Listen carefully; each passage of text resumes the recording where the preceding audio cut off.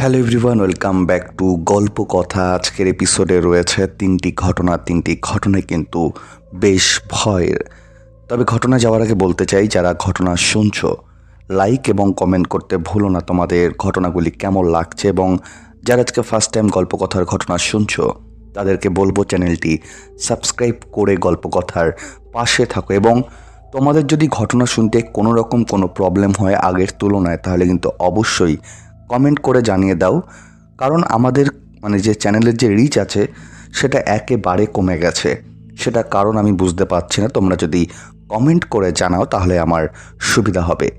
চলে যাব আজকের প্রথম ঘটনায়। আজকের যে প্রথম ঘটনাটি আছে বাংলাদেশের সিলেটের ঘটনাটি বেশ ভয়ের। আশা করব তোমাদের বেশ ভালো লাগবে। চলে যাচ্ছি ঘটনায়।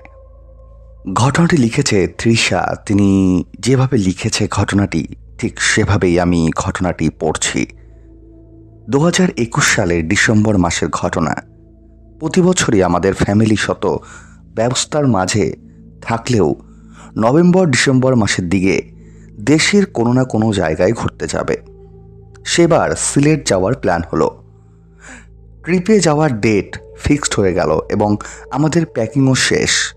কিন্তু আমরা যখন সিলেটের উদ্দেশ্যে রওনা হব, ঠিক তখনই গ্রামের বাড়ি থেকে একটি কল আসে। আমার চাচাতো ভাই রোহান কল করেছিল এবং বলছিল যে ছোট চাচু মারা গেছে। আর কোনো কিছু না ভেবে আমরা গ্রামের বাড়ির উদ্দেশ্যে রওনা দেই। বাড়িতে পৌঁছানোর পর আমরা এক অদ্ভুত দৃশ্য দেখি। আমরা দেখি যে চাচু দিব্যি বাড়ির উঠোনে দাঁড়িয়ে আছে এবং পরিস্থিতি স্বাভাবিক। আমার আব্বু কাউকে কিছু না বলে সরাসরি রোহানকে জিজ্ঞাসা করেছে যে সে কেন এরকম মিথ্যে কথা বলল। কিন্তু রোহান আব্বুকে উত্তর দিয়েছে যে তিনি কি বলেছেন সে কিছুই বুঝতে পারছে না। রোহানের এই উত্তরের পর আব্বু বিষয়টা ইগনোর করে, কিন্তু আমার দাদি জিজ্ঞাসা করে যে রোহান কি মিথ্যা কথা বলেছে, কিন্তু আব্বু সেটার উত্তর না দিয়ে সরাসরি ঘরে চলে যায়। ঘটনাটা আরও সামনের দিকে যাওয়ার আগে বলি, আমার গ্রাম ছেড়ে ঢাকায় এসেছি প্রায় 21 বছর হতে চলল। এর মাঝে আমরা খুবই কম সময় গ্রামে এসেছি, কিন্তু কোভিডের সময় গ্রামে থাকতে হয়েছিল। আর ওই সময় সবার ব্যস্ততা কম থাকার কারণে আমাদের গ্রামের বাড়ি ঠিক করা হয় এবং এক কথায় বললে বাসা নতুন করে বানানো হয়। এবার মেন ঘটনায় আসি। রাতে খাওয়ার সময় রোহান আমাদের সবার দিকে তাকিয়ে কেমন জানি রহস্যজনক মুচকি হাসি হাসল। সেই সময় বিষয়টা কেউ খেয়াল না করলেও এটার উত্তর পাওয়া যায় রাত 12টার পর থেকে। রাত 12:40 রোহানের রুম থেকে ছেলে মেয়ের উভয় মিশ্রিত এক ভয়ঙ্কর কণ্ঠ শোনা যাচ্ছিল, আর মাঝে মাঝে ভয়ঙ্কর চিৎকারের শব্দ পাওয়া যাচ্ছিল। 12:45 আমরা রোহানের ঘরে গিয়ে যা দেখি তার জন্য আমরা মোটেও প্রস্তুত ছিলাম না। রোহানের চোখগুলো দিয়ে অনবরত রক্ত বেরোচ্ছে, হাত পা কেমন জানি উল্টো করে বিছানার ওপরে বসে আছে, আর সেই একই কথা, তোরা সবাই মরবি, তোরা আমার থাকতে দিস নি এখানে, তোরা সবাই মরবি। প্যারানর্মাল জিনিস নিয়ে হালকা ঘটাঘটি করার কারণে বিষয়টি আমি বুঝতে পারি এবং আমার দুটি জিনিস মনে হয়।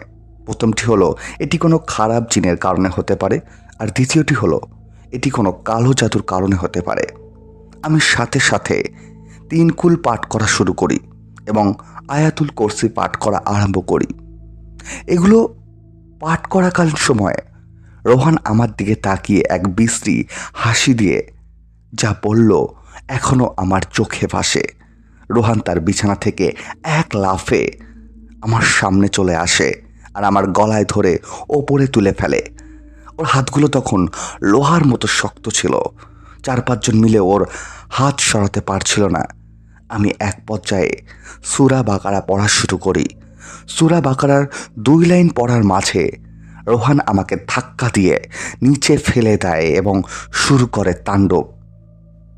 আমরা সবাই ভয়ে রোহানের ঘরের দরজা আটকে দিই, কিন্তু রোহান জানালা ভেঙে আমাদের দিকে ভয়ঙ্কর হাসি দিয়ে তার তাণ্ডব করতে থাকে। আমি যখন সূরা বাকারা পড়া কমপ্লিট করে ফেলি তখন রোহানের তাণ্ডব কিছুটা কমতে থাকে, কিন্তু সে পূর্বের ন্যায় বিছানায় ভয়ঙ্করভাবে বসে যায়। এই ঘটনাটি পরে ফজরের আজান দেয় এবং রোহান অজ্ঞান হয়ে যায় সাথে সাথে। ফজরের পরে আমাদের গ্রামের একজন হুজুরকে নিয়ে আসা হয়।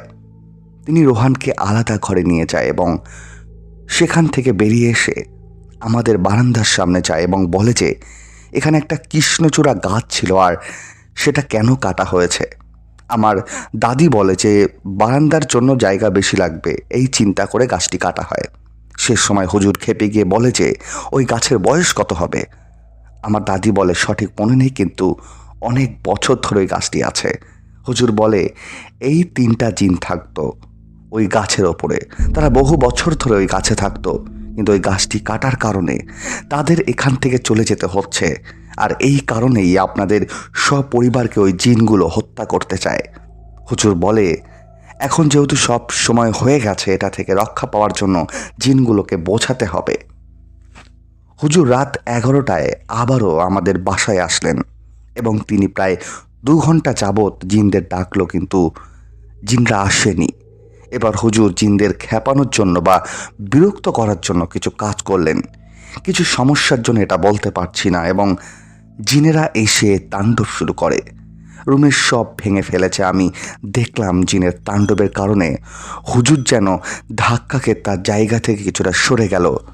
হুজুর জিনদের বোঝানোর চেষ্টা করলেন এবং এক পর্যায়ে জিনেরা চলে যেতে রাজি হলো, কিন্তু তাদেরকে 7 ছাগল আর একটা লোম ছাড়া খাসি দিতে হবে, যেটা কোনোদিন সম্ভব ছিল না। জিনেদের আরও অনেক সময় ধরে বোঝানোর পর ওরা 13টা খাসি নিতে রাজি হয়েছে, কিন্তু প্রত্যেকটা খাসির বয়স 3 বছর হতে হবে। আর ওরা চলে যাওয়ার সময় এবং প্রমাণ রাখার উদ্দেশ্যে আমাদের বাসার সামনে কল ভেঙে চলে যাবে। ওদের ইচ্ছে মতো সব কিছু করার পর ওরা সেখান থেকে চলে যায়, কিন্তু রোহানের একটি হাত আজও কিছুটা দুর্বল, কারণ ওরা যেভাবে হাতটা বাঁকিয়েছিল সেটা রোহান ভেতরে ভেতরে সহ্য করতে পারেনি। এটাই ছিল ঘটনা। রোহান এখন সুস্থ আছে, আমরা সপরিবার খুব ভালো আছি। প্রথম ঘটনাটি কিন্তু বেশ অদ্ভুত ছিল। তোমাদের কেমন লাগলো অবশ্যই কিন্তু কমেন্ট করে জানিয়ে দাও, এবং তোমাদের একটা রিকোয়েস্ট করতে চাই, যারা ঘটনা শুনলে শেষ অবধি প্লিজ লাইক আর কমেন্ট করতে ভুলো না। এটাই তোমাদের কাছে রিকোয়েস্ট, কারণ তোমরা যদি লাইক কমেন্ট না করো ঘটনা রিচ প্রচুর পরিমাণে কমে গেছে। এটা এতটাই একটা প্রবলেম হয়ে দাঁড়িয়েছে, কিছু বলার মতো ভাষা নেই। কারণ আগে আমার যে ঘটনাগুলি পোস্ট করা হতো সেগুলো 20 মিনিট 21 মিনিটের হতো।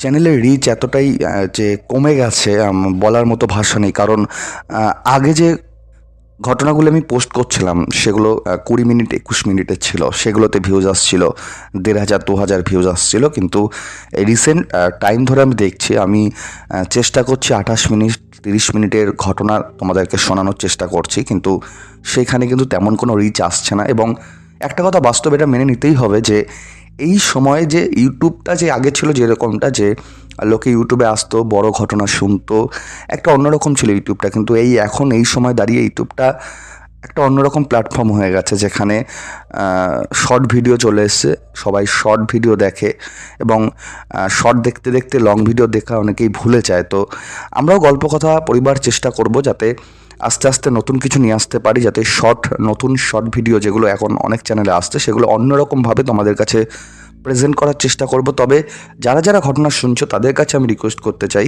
প্লিজ একটা করে লাইক করে দাও, কমেন্ট করে দাও, তাতে আমাদের কী হবে, গল্প কথা পরিবারের রিচটা আবার আগের মতো হয়ে যাবে।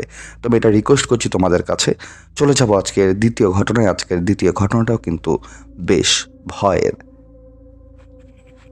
আজকে যে দ্বিতীয় ঘটনাটি আছে লিখেছে অনুরাধা ব্যানার্জি, এবং তিনি ঘটনাটি যেভাবে লিখেছে আমি ঘটনাটি ঠিক সেভাবেই পড়ছি। আশা করব তোমাদের বেশ ভয় লাগবে।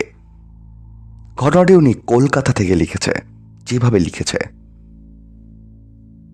মৃত্যুর আগে মানুষ সত্যি সব মৃত প্রিয়জনদের দেখতে পায় কিনা, বা মৃত্যুর পূর্বে মৃত্যুর হিসাবে আসে কিনা, এই নিয়ে বিস্তর আলোচনা আছে। আজ আমি এলাম এরকমই কিছু ঘটনা নিয়ে। সেগুলি আমার বন্ধুদের থেকে জেনেছি। 3টি ঘটনা আমি আপনাদের শোনাবো। আর বন্ধুদের নামটা পরিবর্তন করলাম। প্রথম যে ঘটনাটি ঘটে আমার বন্ধু শিলার সাথে। শিলার কথায় শিলার দিদা ছিলেন ভীষণ সক্রিয় ও প্রাণবন্ত মানুষ। দিদা তার নাতি নাতনিদের সাথে খুব বন্ধুর মতো মিশতেন। সর্বোপরি দিদা খুব রসিক মানুষও ছিলেন।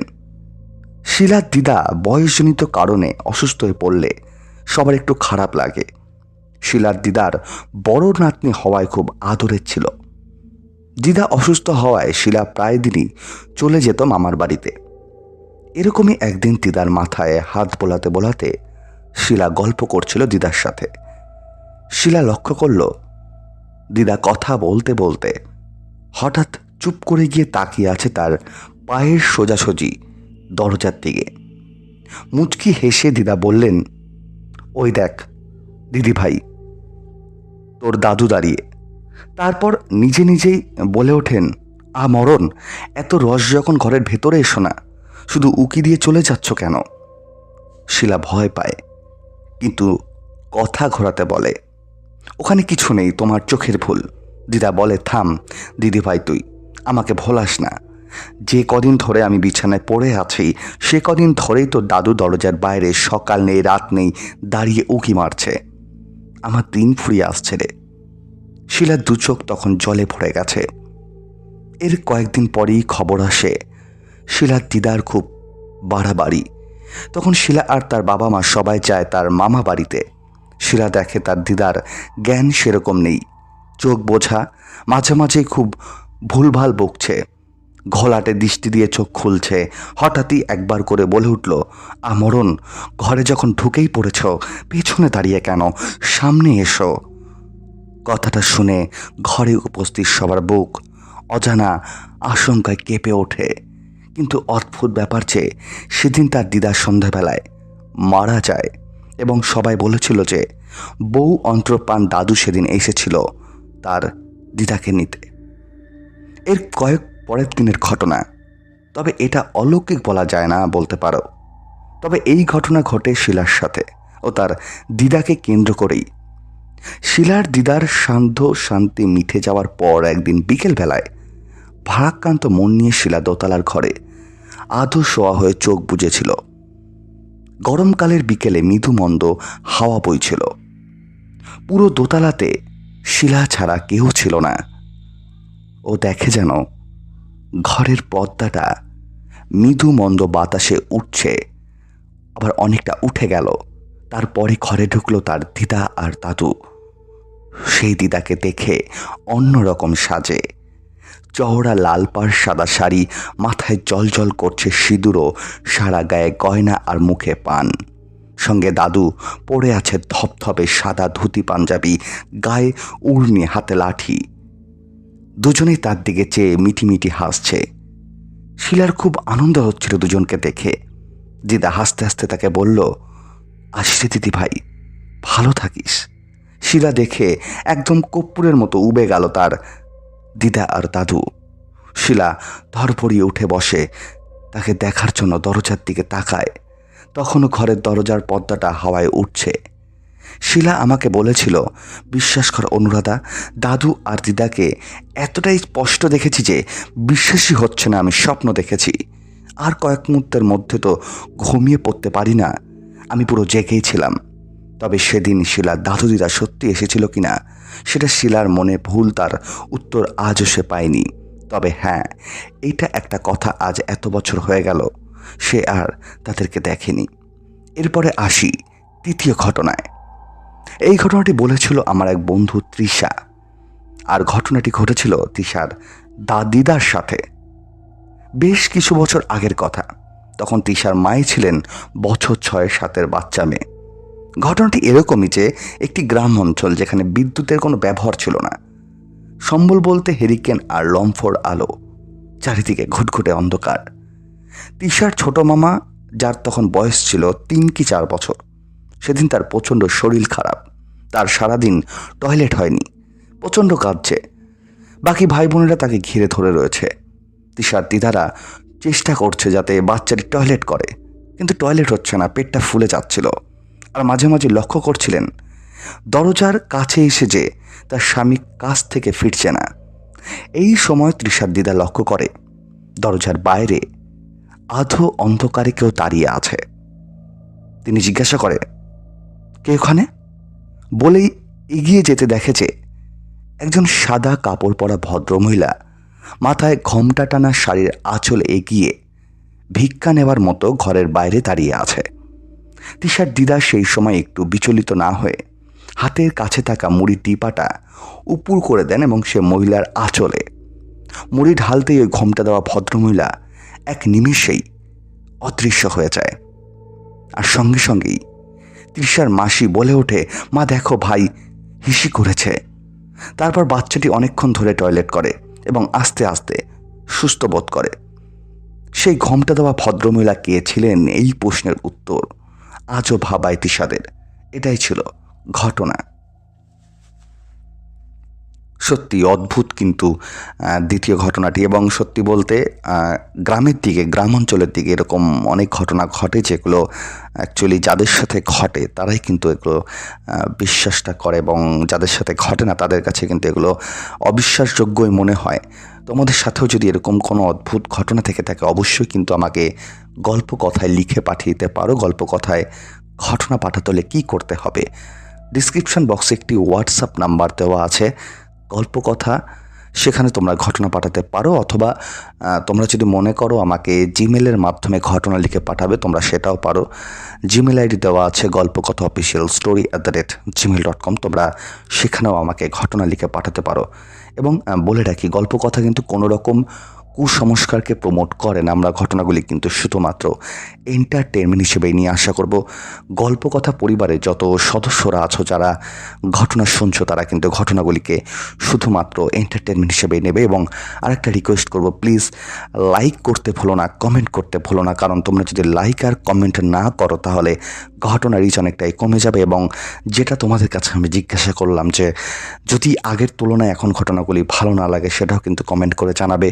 কোনটা শুনতে তোমাদের অসুবিধা হচ্ছে সেটাও আমাকে জানাবে। চলে যাব আজকের যে তৃতীয় ঘটনাটি আছে। আজকের তৃতীয় ঘটনাটি কিন্তু বেশ অদ্ভুত এবং ভয়ের, আশা করব তোমাদের বেশ ভয় লাগবে।